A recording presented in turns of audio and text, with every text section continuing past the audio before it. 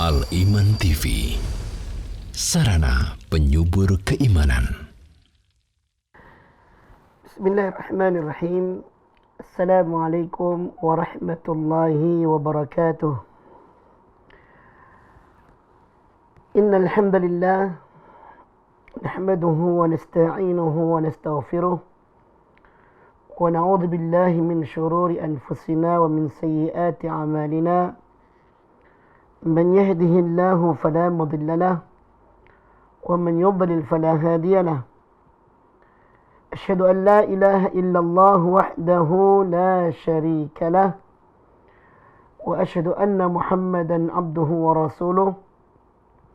اللهم صل وسلم وبارك على سيدنا محمد وعلى آله وصحبه ومن تبعهم بإحسان إلى يوم الدين.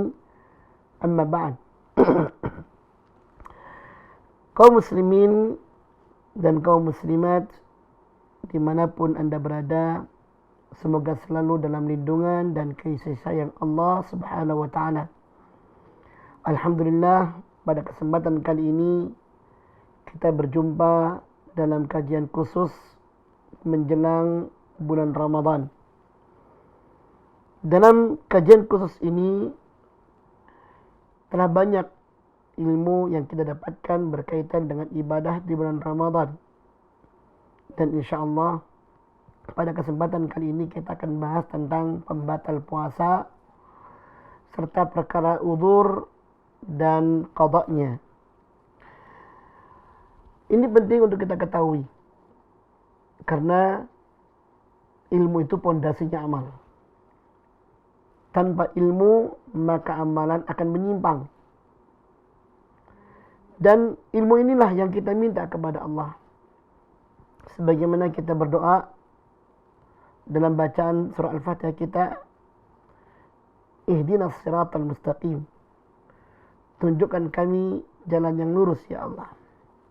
Dan ini yang selalu kita minta. Dan insyaAllah kesempatan kali ini kita akan mendapatkan jawabannya. Dan semoga Allah memberkahi kita semuanya. Allahumma amin. Para pecinta iman dan kaum muslimin dimanapun Anda berada, telah kita ketahui bahwa ibadah puasa itu adalah sebuah kewajiban. Yang meninggalkannya akan terkena dosanya. Banyak ayat dan hadis Rasulullah sallallahu alaihi wasallam serta ucapan para ulama yang menyatakan wajibnya. Maka siapapun seorang muslim, tatkala dia mengaku sebagai seorang muslim, dia wajib untuk menerima ibadah puasa ini yang jatuhnya secara wajib ada pada bulan Ramadan. 6. Kita fokus pada bahasan kita, yaitu perkara pembatal puasa. Sebelum kita membahas pembatal puasa, kemudian dari pembatal itu ada yang uzur, ada yang qada. Kita perlu untuk mengkaji tentang perkara syaratnya puasa. Saya istilahkan syarat, sebenarnya banyak yang mengungkapkan dengan istilah yang lain, yaitu orang-orang yang wajib menjalankan ibadah puasa.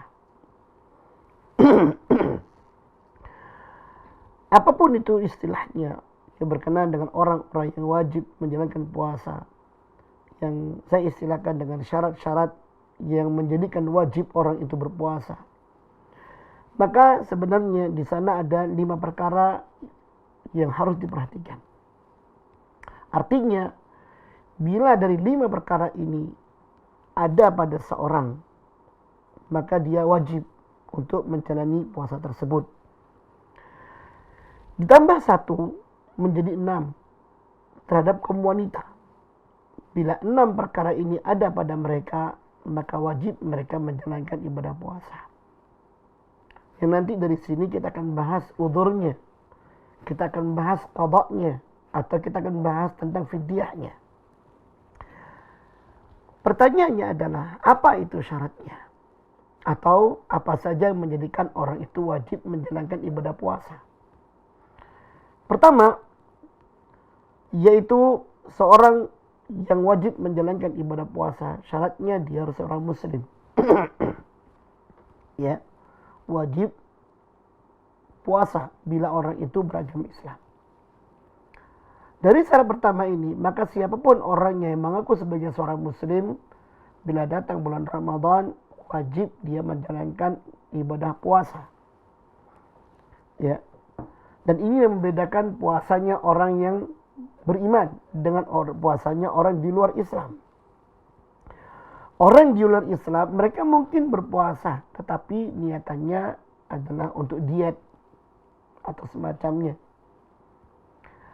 Orang Islam puasanya adalah ibadah. Dan telah kita ungkapkan banyak di antara manfaat pada puasa ini. Yang mana salah satunya disebutkan dalam hadis qudsi bahwa setiap ibadah itu untuk anak Adam. Untuk manusia itu sendiri. Akan tapi kata Rasulullah SAW, Allah mengatakan dalam hadis riwayat Bukhari Muslim, illa siyam, kecuali puasa. Fa innahu li, maka puasa itu untukku, kata Allah. Yada'u ta'amahu wa syarabahu wa syahwatahu li'ajli. Dia tinggalkan makannya, dia tinggalkan minumnya, bahkan dia tinggalkan siang hari syahwatnya kepada istrinya atau istri pada suaminya. Semua ditinggalkan demi untuk mendapatkan ridha Allah. Ya, karena perintah Allah, enggak boleh berbuat itu di siang hari. Kata Allah, fa najzi bihi, maka aku akan membalasnya melebihi dari pahala-pahala yang lainnya. Dan sungguh ini pahala yang besar. Ya. Maka dari itu puasa ini selain berkewajiban statusnya bagi setiap orang muslim, maka dia diberi pahala di sisi Allah Subhanahu wa taala. Ada sisi ta'abbudiyah, ada sisi penghambaan kepada Allah yang dilakukan oleh seorang muslim dalam puasanya. Ya, selain dia bersifat wajib. Maka dari itu seorang muslim bila dia memasuki bulan Ramadan, maka wajib dia berpuasa. Karena puasa itu mengikatnya. Maka di sinilah siapapun orangnya, laki maupun perempuan yang beragama Islam, datang bulan Ramadan, wajib bagi dia berpuasa. Syarat yang kedua, atau perkara yang menjadikan orang itu wajib menjalankan puasa, yaitu al-aqil. Al-aqil, artinya selain dia muslim, dia berakal. Kenapa dia harus berakal? Karena ini ibadah. Maka mustahil suatu ibadah dilaksanakan oleh orang yang tidak berakal. Katakanlah gila, orang-orang yang tidak sadar. Ya. Makanya Rasulullah SAW mengatakan di dalam hadis yang diriwayatkan Imam Nasa'i dan Imam Ahmad serta yang lainnya, Rasulullah mengatakan rufi al-qalamu an thalath. Pena malaikat itu tidak mencatat terhadap 3 orang. Siapa mereka? Yaitu anil majnun hatta yufiq, dari orang gila hingga dia sadar. Wa anil naim hatta yastayqid, dari orang yang tidur sampai dia bangun tidur. Wa anil sabi hatta yahtalim, dan dari anak kecil sampai dia balik.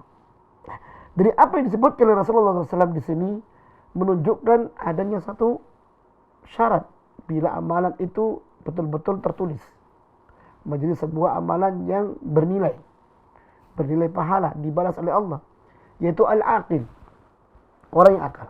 Maka seorang muslim yang berakal, artinya ada kesadaran pada dirinya, wajib dia menjalankan ibadah puasa.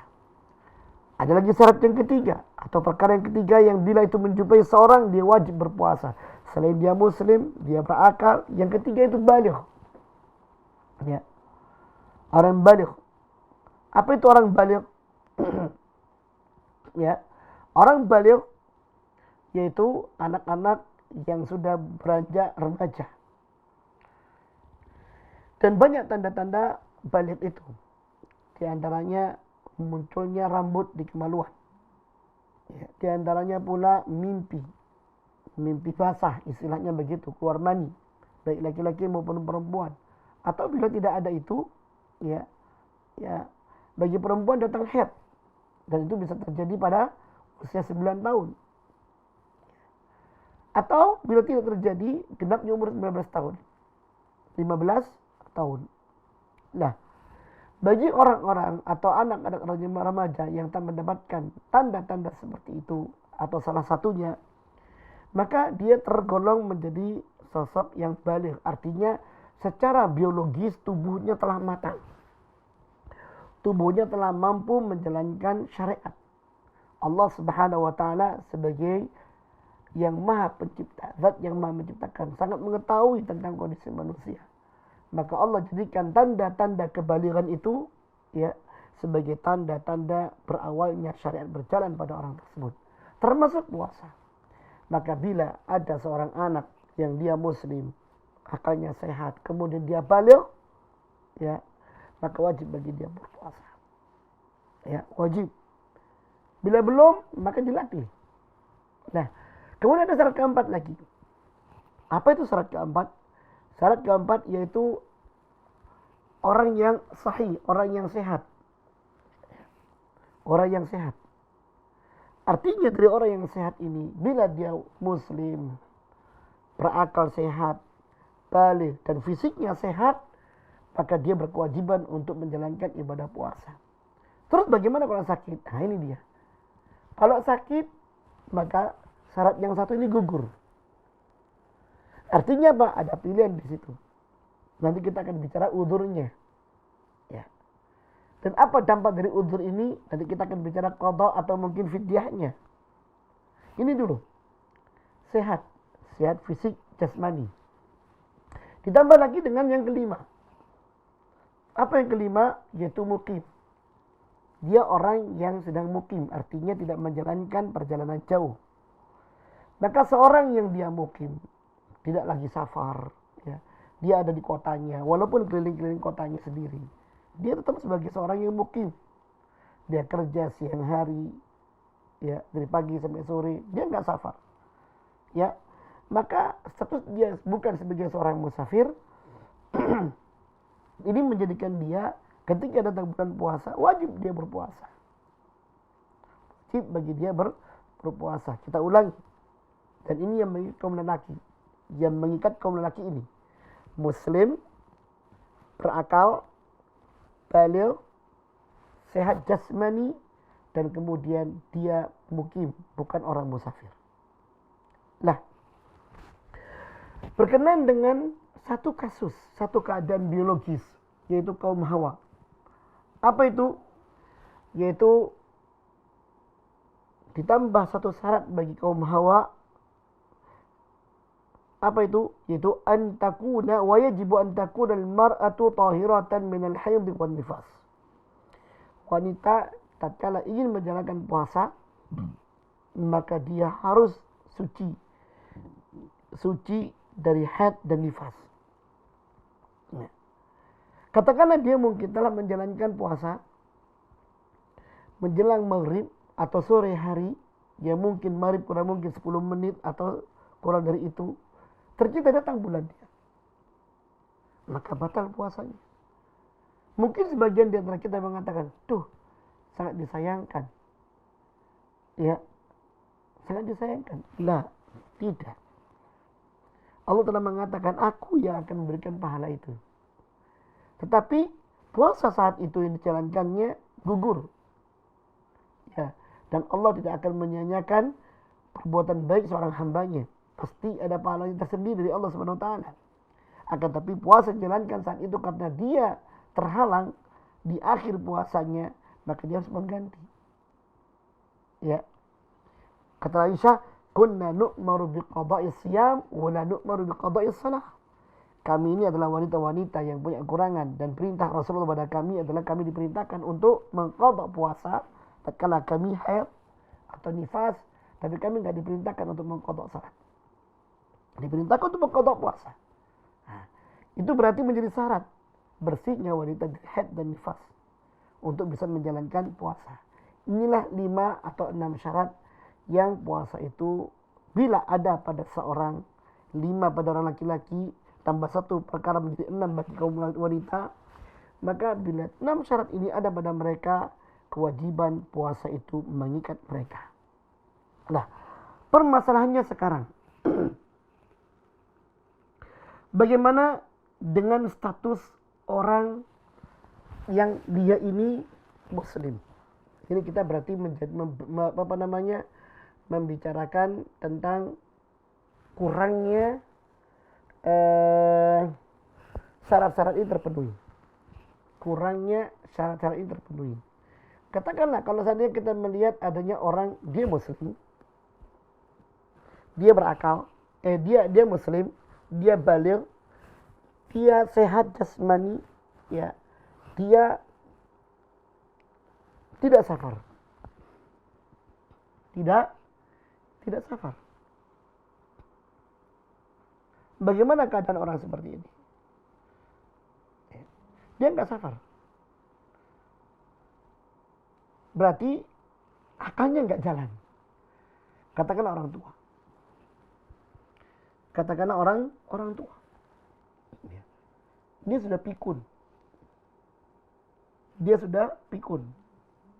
Sholat pun mungkin dia nggak tahu jumlahnya berapa. Ya. Orang mengatakan apa ya? Orang daerah kalau ngaloleh atau apa, ya pikun dia. Maka terhadap orang seperti ini, kewajiban tersebut tidak ada. Karena dia tidak berakal. Apa perlu untuk kemudian dilatih puasanya? Silakan kalau mampu. Tapi kalau kemudian dia makan dan yang lainnya, ya dia lupa kalau itu Ramadan, bahkan dia membantah, karena itu kebiasaan dia, ya. Kadang-kadang rumahnya sendiri nggak tahu, katanya mau pulang ke rumah, padahal sudah di rumahnya. Dia mengatakan rumah saya di sana, ya. Diajak pulang, dia mau diajak keluar keliling kampung, kemudian balik ke rumahnya. Ini rumah saya, padahal dia di situ. Sudah, mau apa lagi? Ya, maka orang ini gugur dalam menjalani puasanya. Ya, akalnya nggak waras, atau orang gila, akalnya nggak waras.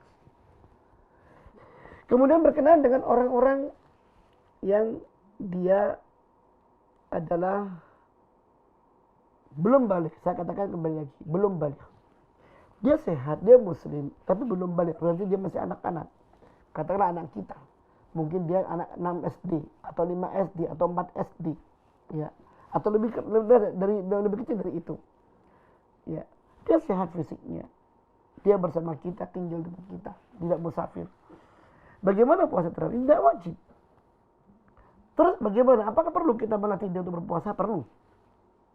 Ya. Perlu. Bahkan para sahabat Rasulullah sallallahu alaihi wasallam mereka melatih anaknya untuk berpuasa. Sampai-sampai dikatakan kalau seandainya mereka berteriak minta makan karena lapar, maka orang tuanya mengajarkan mainan untuk mereka bermain. Karena anak-anak kecil itu lebih sering bermain sehingga mereka lupa. Sampai kalau datang maghrib mereka dipanggil, ayo makan. Begitu. Dan ini mungkin teknik yang bisa kita gunakan untuk melatih anak-anak kita. Ya. Berpuasa. Mungkin sebagian di antara kita ada yang menjadikannya puasa zuhur. Mungkin. Karena melatih. Ya. Karena melatih. Nanti kemudian tingkatkan menjadi puasa maghrib. Ya. Sifatnya melatih. Sampai dia mampu. Dan harus punya target. Bahkan untuk mencapai target tersebut perlu untuk kemudian kita memberikan hadiah, motivasi, ya, stimulus buat mereka. Kalau berpuasa Ramadan penuh akan ayah kasih hadiah di bulan pada hari Idul Fitri selesai salat Idul Fitri. Momen yang sangat indah, momen yang sangat membahagiakan, ya. Ditambah dengan stimulus seperti itu akan memotivasi mereka untuk bisa menjalankan puasa dengan baik. Sangat perlu kita buat seperti itu. Nah, kemudian sekarang bagaimana dengan orang yang sakit? Artinya dia sehat, dia akalnya waras, dia baligh sudah, entah mungkin sudah usia remaja atau mungkin dia adalah orang yang sudah berusia senja. Ya. Dia nggak sehat. Dia nggak sehat. Syarat yang keempat dia nggak terpenuhi.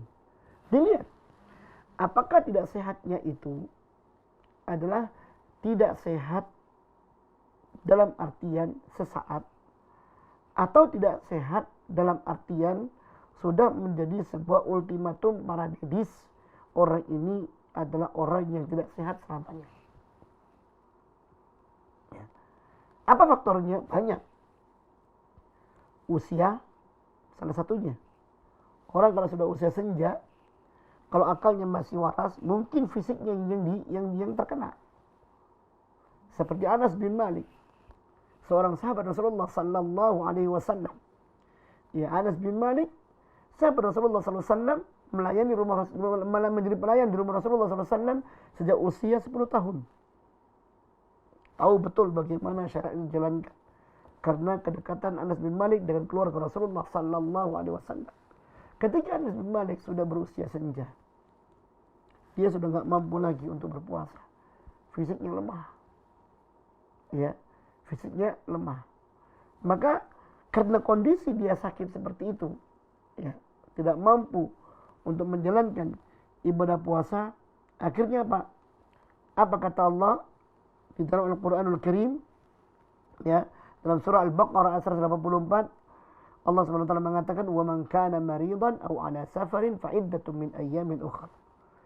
Siapa orang yang sakit atau dia dalam kondisi safar, maka silakan dia tunda harinya puasanya di waktu yang lain. Bahkan sebelumnya, walilladzina yutiqunahu fidyatun ta'am miskin. Bagi siapa yang enggak mampu menjalankan ibadah puasa ini, silakan dia ngasih fidyah pada orang miskin. Anas bin Malik enggak mampu. Akhirnya dia kumpulkan 30 orang fakir miskin, ya. Kemudian dia jamu, mengenyangkan mereka, dan selanjutnya waktu puasa dia enggak puasa. Ini dilakukan oleh Anas bin Malik, sahabat Rasulullah sallallahu alaihi wasallam. Ya, artinya apa? Bagaimana dengan orang yang enggak mampu? Ketika dia datang puasa, dia bisa memilih. Kalau seandainya vonis penyakitnya itu vonis penyakit yang adalah langgeng, bukan sesaat, maka dia memilih proses meninggalkan puasa itu dengan ganti fidyah, bukan qada. Ini kalau kita bicara masalah fidyah. Ya, udzur dia nggak bisa menjalankan ibadah puasa karena faktor sakit ini, maka dia memilih pilihan fidyah. 1 hari dari puasa yang ditinggalkan, ya, diganti dalam bentuk memberikan makan 1 kali kepada 1 orang fakir miskin. Ya. Nah, karena 1 bulan, anggap 1 bulan itu ada 30 hari. Anas bin Malik mengumpulkan 30 orang fakir miskin. Dijamu oleh beliau, dikenyangkan mereka, ya. Artinya 30 hari itu dibalas pada 1 hari sekaligus. Ya, diganti dengan memberikan makan 30 orang pada 1 hari. Ini boleh. Atau kita pakai cara one day, one person. 1 hari 1 orang, ya silakan. Ini masalah teknis. Ya, saya mengganti 1 hari 1 orang, ya silakan, tidak apa-apa. Buat makanan taruh kantong plastik, ya, dengan minumnya sekalian yang mengenyangkan, kasih 1 orang miskin yang kita anggap mereka adalah orang-orang yang fakir. Ya, orang-orang yang betul-betul butuh. Ya, seperti itu. Nah, termasuk pula orang yang sakitnya langgeng. Katakanlah dia adalah orang yang nggak mungkin berpuasa, orang yang punya sakit mah akut. Bila dokter memvonis dia, Anda adalah orang yang terkena sakit mah akut. Badannya gemuk mungkin. Kita mungkin melihat badannya, dasar gemuk, nggak pernah puasa. Nggak boleh seperti itu. Kita nggak tahu apa yang ada di balik orang ini. Ya. Dan puasa itu melatih kita untuk tidak ngomong yang enggak. Ya, lebih baik kita peduli pada diri kita sendiri dalam menjalani puasa kita. Tidak perlu kemudian umbar omongan, menghina orang, tidak. Ya. Bahkan bila perlu, kalau seandainya kita bisa bantu orang itu. Ya. Makanya ada orang-orang seperti itu, ada memang. Dia divonis tidak mampu, tidak bisa untuk berpuasa. Kenapa? Asam lambungnya sangat tinggi produksinya. Maka untuk supaya lambungnya tidak jebol oleh serangan asam lambungnya, ya, maka orang ini oleh dokter divonis, Anda harus tetap ngemil, ya, tiap sekian waktu, entah tiap sekian menit atau tiap sekian jam, agar betul-betul lambung itu tidak jebol dindingnya oleh asam lambung yang sangat deras. Ya. So dipakai pengobatan ini, pengobatan itu tidak mampu, ya sudah, apa lagi? Ya. Maka orang seperti ini bayar fidyah. Ya, bayar fidyah. Ada lagi proses udzur karena nggak terpenuhnya syarat itu. Kita masih pada bab nomor 4. Ya. Apa itu? Yaitu bila seandainya sakit itu tidak mampu, dia sakitnya sebenarnya sesaat, tapi waktu yang dibutuhkan untuk dia kembali normal, ya boleh dikatakan sampai menjelang 1 tahun, sehingga sulit bagi dia untuk mengganti puasa di hari yang lain. Siapa itu? Kata Abdullah bin Abbas, yaitu seperti kaum wanita yang menyusui atau yang hamil atau melahirkan. Ya, kaum wanita yang menyusui atau yang hamil. Wanita yang hamil ketika dia menjalankan puasa sangat berat bagi dia, lemas dan yang lainnya, ya, sehingga bisa mengganggu perkembangan tubuh dirinya dan perkembangan janinnya, ya. Maka untuk orang seperti ini, kata Abdullah bin Abbas, seorang sahabat Rasulullah SAW yang mulia, walaupun di sana ya khilaf para ulama fikih berbahasnya, tapi kami pribadi memilih pendapatnya Abdullah bin Abbas karena ini adalah lebih memudahkan bagi mereka untuk bisa tumbuh dengan sebaik-baiknya dan tetap menjalankan ibadah secara sempurna walaupun bukan puasa. Katakanlah ibadah salatnya, katakanlah ibadah membaca Qur'annya dan semacamnya. Ya. Namun mereka nggak puasa. Karena apa? Kondisi dia hamil, ya, atau kondisi dia menyusui. Yang mana kalau seandainya dia nggak menyusu, ya, maka anaknya sulit untuk kemudian mendapatkan susuannya. Ya. Bagaimana kalau seandainya diganti dengan susu formula? Tidak. Ya. Sebaik-baik susu adalah susu ASI. Formula kalau memang dia adalah anak yang sudah dari dulu formula, maka ibunya puasa karena anak ini sudah minum formula. Tapi kalau ketika anak ini dia menyusu pada ibunya, dia bayi yang butuhkan susuan dan belum berusia genap 2 tahun, maka bagaimana bagi sang ibu, bagi wanita yang hamil yang kemudian melahirkan, kemudian menyusui, atau bagi wanita yang menyusui yang harus 2 tahun untuk bisa mengganti puasa? Gak mungkin. Ya, bisa jadi puasa ketemu dengan puasa. Kapan waktunya senggang? Tidak ada. Maka dari itu, kata Abdullah bin Abbas, bagi mereka uzurnya tersebut diganti dengan fidyah. Bagi mereka uzurnya menjadi fidyah. Ya. Sehingga dia bukan kemudian mengqadha puasa, tapi membayar puasanya dengan memberi 1 hari dari puasa yang ditinggalkan berupa apa? Memberikan 1 orang fakir miskin 1 kali makan. Seperti yang tadi disebutkan. Ya. 1 kali makan lengkap menunya, mengenyangkan bersama air putihnya. Ya, seperti itu. Atau mungkin kita pakai makanan yang yang belum jadi, ya silakan. Tapi sebaik-baiknya adalah makanan yang sudah jadi. Jadi contoh-contoh yang banyak adalah makanan yang jadi. Ya, seperti kembali kita mengatakan Anas bin Malik memberikan jamuan kepada mereka 30 orang fakir miskin. Nah, ini yang seharusnya dilaksanakan. Kemudian ma'asyiral muslimin rahimani wa rahimakumullah, masih pada proses yang keempat. Ya. Bagaimana dengan orang yang sakitnya sesaat? Orang yang sakitnya sesaat. Nah, ini. Orang yang sakitnya sesaat artinya ada kemungkinan dia sembuh.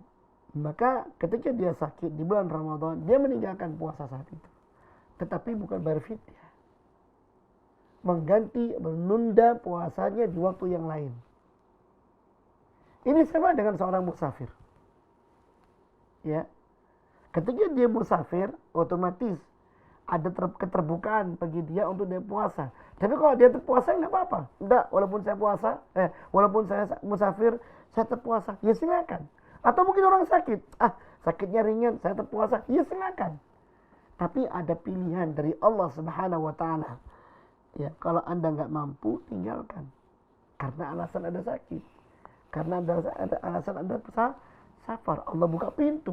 Silakan enggak berpuasa, diganti dengan waktu yang lain. Berapa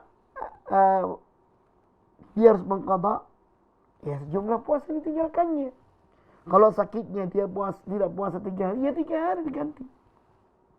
Kalau safarnya dia seminggu, kemudian dia nggak makan dan nggak puasa seminggu, ya seminggu. Ya, seminggu. Kalau misalkan safarnya dia itu hanya perjalanan saja yang dia nggak makan, nggak puasa, sampai ke negeri orang dia tetap puasa, ya perjalanan itu yang dihitung.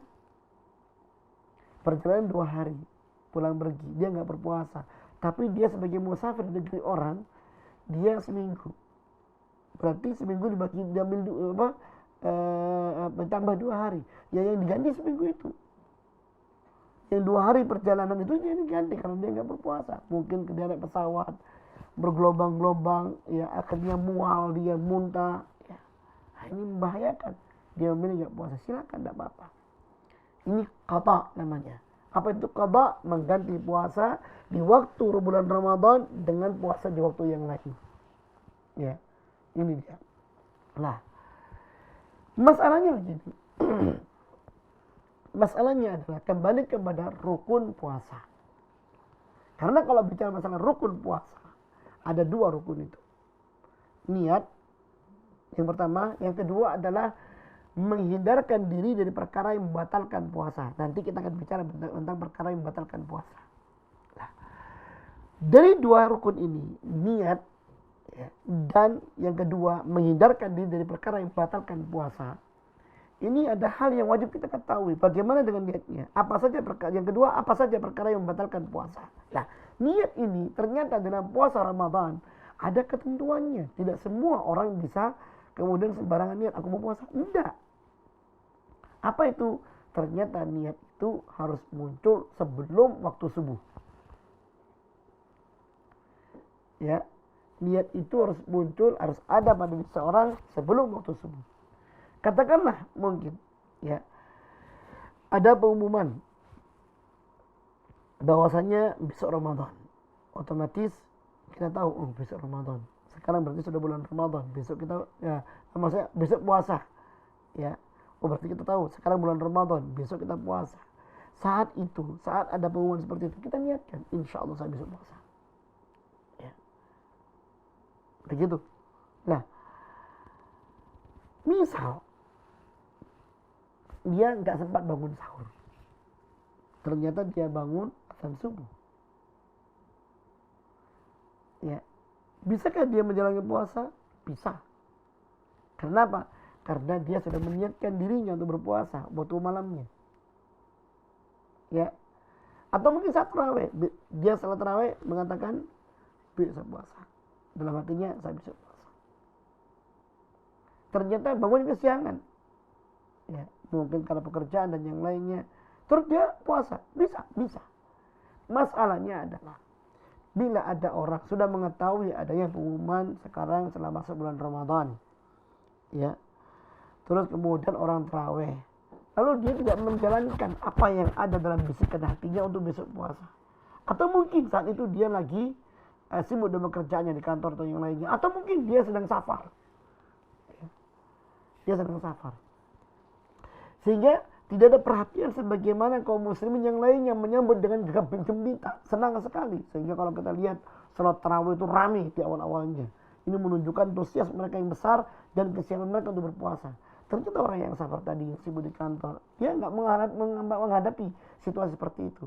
Pulang ke rumah, manusia sudah sibuk, sudah senyap, tidur dalam tidur mereka masing-masing. Dia tidur, bangun kesiangan. Mau puasa? Nggak bisa. Apa kata Rasulullah? Man lam yajma'is siyama qabla al-fajri fala siyama lahu. Siapa orangnya yang belum meniatkan siam, belum niatkan pada dirinya berpuasa untuk besoknya, untuk pagi siangnya itu, ya, dia belum meniatkan puasa, maka kemudian ketika dia mendapat waktu subuh, ya, maka tidak ada kesempatan bagi dia untuk berpuasa. Ini penting untuk kita catat. Termasuk begini, ya, di dalam perjalanan kita berpuasa, kalau kita mengambil niat itu hari demi hari, bukan satu kali di awal Ramadan untuk semua hari, karena memang di sini khilaf ulama, ya. Katakanlah dia mungkin mengambil pendapat hari demi hari, ya, misalkan masuk hari keempat, ternyata dalam pekerjaannya mengharuskan dia safar besok. Anda besok safar, ada tugas begini di luar kota. Siap, kata dia. Nah, ternyata malamnya dia nggak meniatkan, saya besok nggak puasa. Saya besok nggak puasa. Ya, karena dia memastikan dirinya besok akan safar. Dan itu perjalanan yang panjang. Dan dia melihat bakal kesulitan.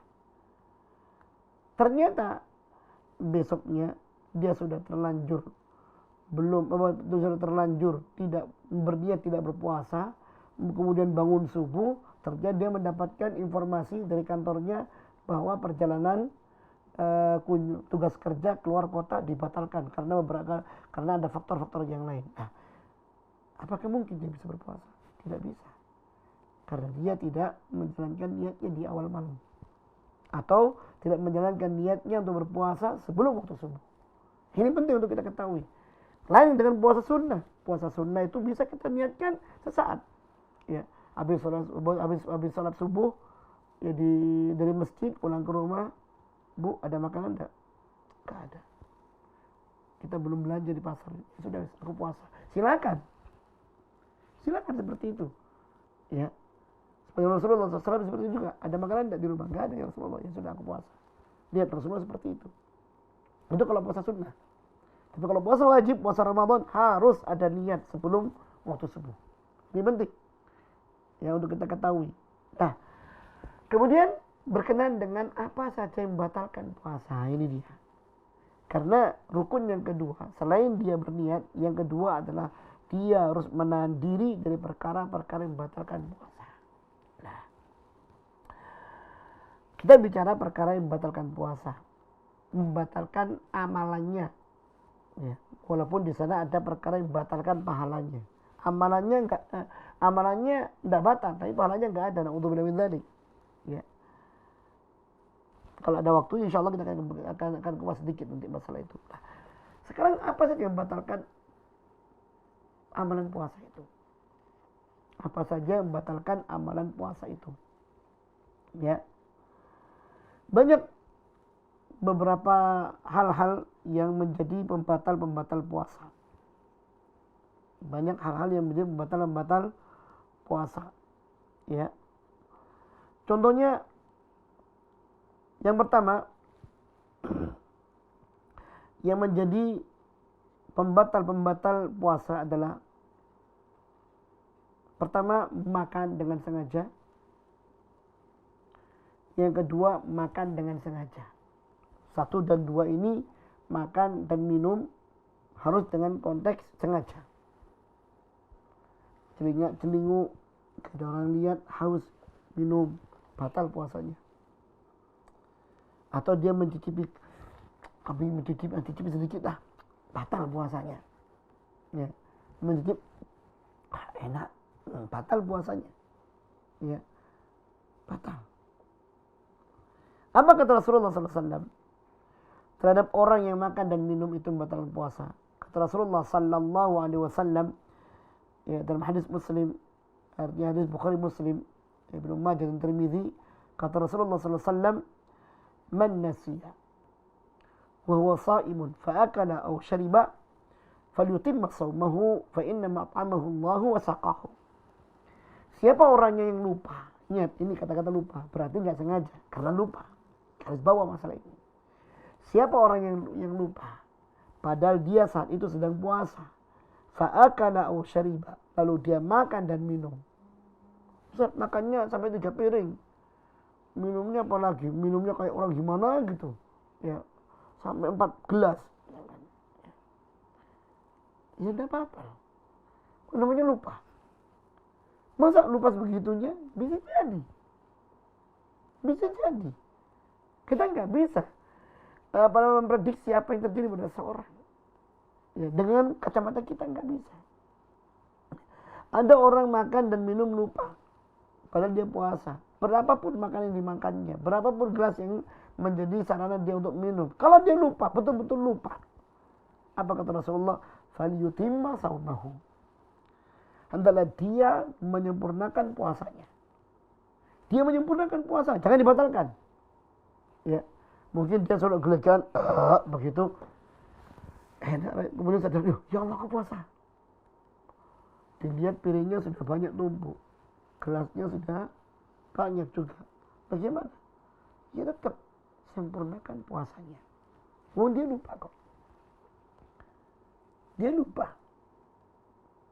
Kok bisa ya? Jangan bilang kok bisa. Apa kata Rasulullah SAW? Ya, fa innama at'amahu Allah wa saqahu. Dia itu memang sengaja Allah lupakan. Karena Allah ingin ngasih rezeki kepada dia. Allah berikan makan kepada dia, Allah berikan minum kepada dia. Subhanallah. Bayangkan. Ini hikmahnya besar. Di antara hikmahnya adalah jangan takut rezeki itu hilang. Jangan takut gak punya rezeki. Allah yang ngatur rezeki itu. Wong manusia dalam keadaan puasa. Ya. Ternyata rezeki itu bisa sampai kepadanya. Allah buka itu tabir yang menutupinya. Ya. Allah jadikan dia lupa atas puasanya. Allah sampaikan rezeki itu sampai kepadanya. Sampai dia kekenyangan karena itu. Terus gimana? Ya sudah. Jalani puasanya. Enak ya. Sampai kenyang ya. Ya apa lagi? Ya. Apa kita iri? Gak boleh. Am yahsuluna an-nas ala ma atahullahu alaihi. Kata Allah, apakah kamu mau jadi orang yang hasad kepada orang yang Allah berikan karunia kepadanya? Gak boleh. Ya. Gak boleh. Ya. Tetapi kalau seandainya kita melihat ada orang teman kita, mungkin itu di awal-awal puasa biasanya terjadi, ya, kita melihat ada kawan kita makan, minum, saat itu dia sedang berpuasa padahal, ya kita ingat, loh mas, kok minum, kok makan, gak puasa ya? Gak puasa tak? Ya, kita tegur, mas kan puasa, oh iya, ya sudah. Ketika dia kemudian sudah ada yang tertelan, ya sudah yang tertelan. Yang masih mulutnya dikeluarkan, yang di gelas ditinggalkan, begitu. Ya, ya, karena apa? Ya, apa yang sudah melewati kerongkongan itu yang berarti yang dilupakan oleh Allah Taala, diampuni. Apa yang masih di mulut jadi buang. Kalau telan dengan sengaja itu yang berdosa berarti. Ya, perhatikan makan dan minum dengan sengaja itu adalah perkara yang membatalkan puasa. Yang ketiga, yaitu al-qai'u amdan, muntah dengan sengaja. Coba ya, berbeda dengan makan dan minum. Dia masukkan sesuatu ke dalam perutnya, itu membatalkan puasa. Ini tidak, mengeluarkan sesuatu dari perutnya dengan sengaja, muntah. Ya, muntah dengan sengaja. Kok bisa ya muntah dengan sengaja? Kan itu mengeluarkan, iya, tetap membatalkan puasa. Ya, sampai kecuali fa in ghalabahu al-qai' fala qada alaihi wala kafara. Kecuali kalau dia menjadi orang yang mungkin dalam satu kondisi dia itu pening kepalanya karena mungkin penciuman tidak nyaman, ya, atau mungkin karena kondisi asam lambung yang naik, kemudian dia muntah begitu, ya, dia nggak batal puasanya. Tetapi kalau seandainya seperti kasus tadi yang kedua, makan minum sengaja, makan minum tidak sengaja karena kenyangnya, ya, sampai kemudian dia baru sadar salah kenyang, dia berpuasa, akhirnya kemudian dimuntahkan. Ini nggak boleh. Kalau dia muntahkan malah batal puasanya, begitu malah batal puasanya. Udah biar, ya, berwudu contohnya, berkumur-kumur, ya, tetap dijalankan oleh Rasulullah SAW. Ya, dalam masalah puasa, istinsyak, memasukkan air dalam hidung, ya, memasukkan air dalam hidung kemudian mengeluarkannya, itu dilakukan oleh Rasulullah SAW. Rasulullah mengatakan, kata Rasulullah, fabali fil istinsyak illa an takuna sa'iman. Bersungguh-sungguhlah kalian dalam beristinsyak, memasukkan air dalam hidung dan mengeluarkannya, ya, bersungguh-sungguhlah, kecuali kalau kalian berpuasa. Gak usah sungguh-sungguh, begitu enggak, pokoknya sekedar saja. Misal dari itu entah kumur-kumur atau istinsyak ada sesuatu yang masuk, kita kan nggak sengaja untuk memasukkannya, ya, kita nggak sengaja untuk memasukkannya, tapi kita menjalankan amal yang wudhu dan semua yang ada pada hati kita, maka apa yang terlupa, apa yang nggak sengaja, ya sudah, kita minta ampun pada Allah Subhanahu Wa Taala, selesai. tidak kemudian masuk dimuntah-muntahin, malah kena hukum yang ketiga, muntah dengan sengaja. Tidak ada faktor yang buat Anda itu muntah. Faktor menjadi muntah, misalkan perut lagi nggak beres, ya, atau mungkin ada penciuman yang nggak beres, membuat kita ini muntah, atau kita pening. Ya, kalau seperti itu, kemudian kita muntah, nggak batal puasa. Tapi kalau nggak ada faktor-faktor seperti itu, kemudian kita sengaja muntah, nah ini hati-hati, ini membatalkan puasa. Yang keempat dan kelima, haid dan nifas. Ini membatalkan puasa. Karena di antara syaratnya puasa itu menjadi wajib, khusus bagi perempuan, mereka suci dari haid dan suci dari nifas. Ya, suci dari haid, suci dari nifas.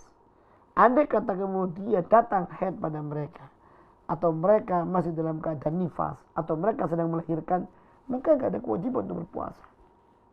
Ya. Terus bagaimana prosesnya? Ya kalau haid dia qadha. Kalau wanita yang haid dia batal puasanya, dia qadha, dia ganti puasanya sebanyak hari yang ditinggalkan. Ada yang 7 hari, ada yang 10 hari, ya. Begitu. Ya. Banyak bahasan-bahasan kita fikih dalam masalah ini. Ada yang haidnya itu 7 hari, ada yang haidnya itu 10 hari.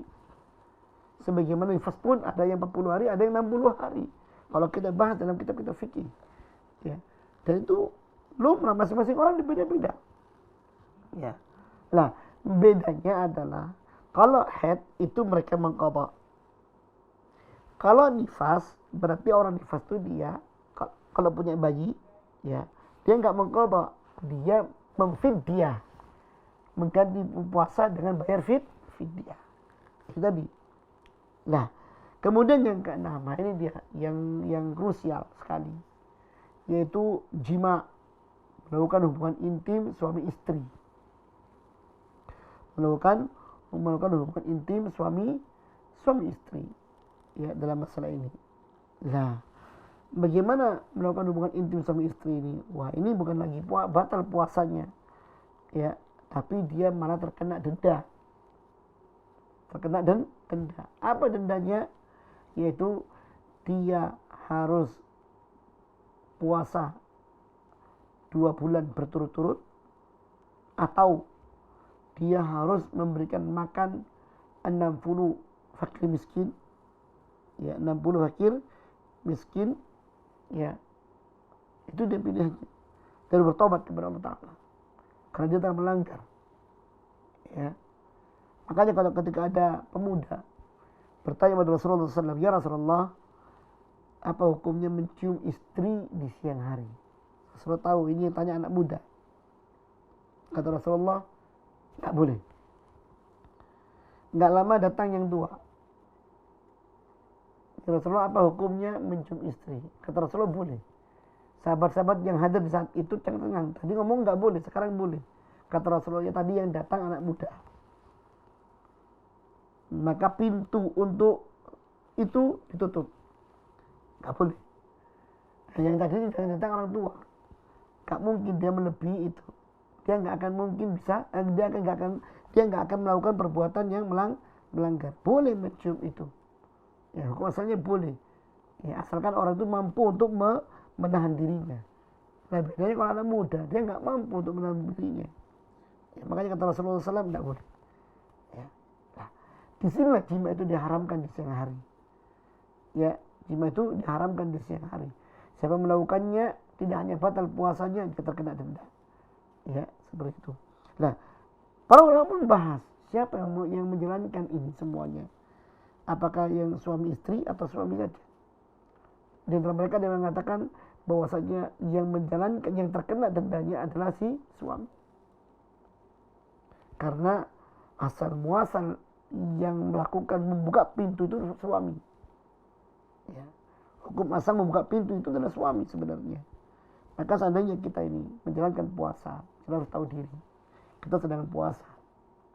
Ya. Kita sedang puasa. Dan biasanya memang, maaf, ada beberapa manusia ketika dia berpuasa justru syahwatnya naik. Ya. Abdullah bin Umar sendiri ketika dia berpuasa, berbukanya bukan makanan, berbukanya kumpul dengan istrinya. Ketika azan berkumandang, dia kumpulin istrinya untuk menunjukkan ini sudah selesai puasa. Artinya waktunya buka. Dia kumpulin istrinya. Baru kemudian dia menyentuh makanan. Ya, dan macam-macam manusia seperti itu. Ya, artinya ya lumrah. Ya, semuanya kembali pada faktor fisik, keadaan mereka masing-masing. Wallahu ta'ala alam. Ini mungkin yang bisa saya sampaikan berkenaan dengan pembatal puasa, kemudian udzur dan qadha. Ya. Mudah-mudahan ini bermanfaat dan semoga puasa ini menjadikan kita insan yang bertakwa kepada Allah, dan semoga Ramadan ini Ramadan yang mendatangkan ampunan dan rahmat Allah untuk kita semuanya. Aqulu qouli hadza wa astaghfirullah lakum wa li sa'iril muslimin muslimat innahu ghafurur rahim wa akhiru da'wana walhamdulillahirabbil alamin. Assalamualaikum warahmatullahi wabarakatuh. Dukung channel kami dengan like, subscribe, dan aktifkan notifikasi agar kamu tidak ketinggalan video-video menarik lainnya.